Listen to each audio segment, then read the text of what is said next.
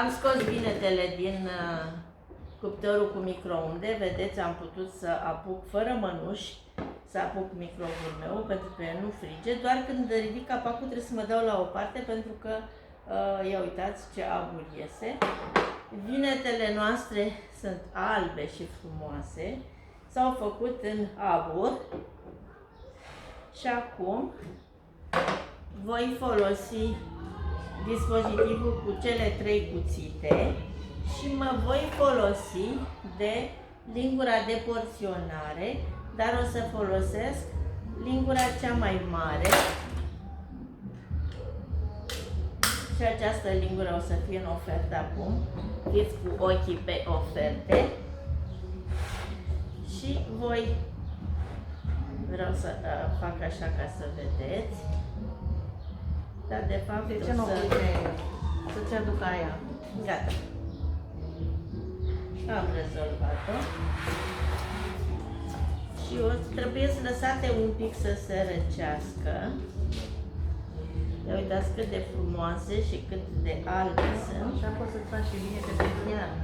Asta e salata de vinete. Sigur că da, sigur poți să-ți faci vinete pentru iarnă. Cam frige. Voiam să scot de acolo, să pun pe fund ca să vedeți dumneavoastră exact. Sau mai așa, ca să vedeți cât de ușor fac cu această lingură de porționare. Iau vânăta, trebuie să o las un pic să se răcească, da, ca să câștig din timp. Eu n-am mai avut răbdare, am apucat imediat, așa, adun bine de tot, albe și frumoase, fără fum, fără miros, vedeți, sunt îmbrăcată de plimbare și n-am nici shorts. Și nu mi-e teamă că voi mirosi a vânătă coaptă. Că nu vreau să iau și coajă. Așa, luăm bine de tot. Da, avem ușa deschisă și bineînțeles că muștele au dat năvală. Ia uitați cât de albă și de frumoasă este, cu lingura de porționare. Foarte bine se ia, foarte bine și foarte ușor.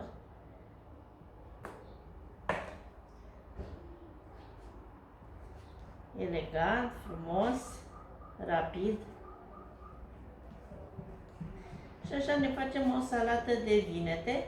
Eu o fac de post, fără maioneză. Dacă voiam să o fac cu maioneză, făceam întâi maioneza, folosindu-mă de palete, iar după aceea puneam vinetele coapte, dar după ce se răceau, da? Le puneam peste și amestecam și aveam salata rapid făcută. Nu trebuie scurse? Nu, nici nu trebuie scurse, vedeți? Nu trebuie scurse. Am pus vânăta aici, pun și 2-3 căței de usturoi și pun și o ceapă, o jumătate de ceapă, pun sare și uleiul.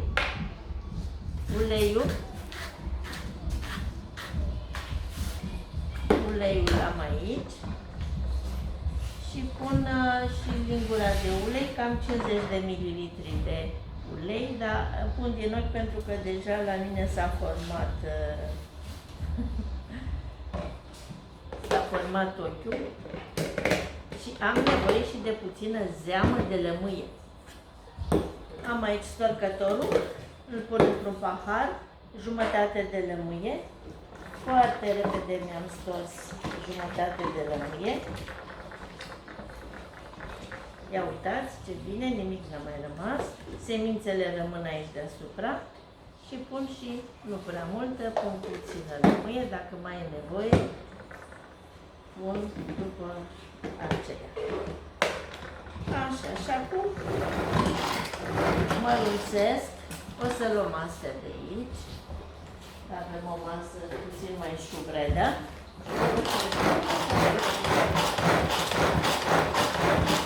Ia, Cristina, treci la mușchi. Treci la mușchi. Cum e? Ușor, elegant, da. Elegant. Dar bineînțeles, în gata, ceapa este tocată, busturonul este tocat.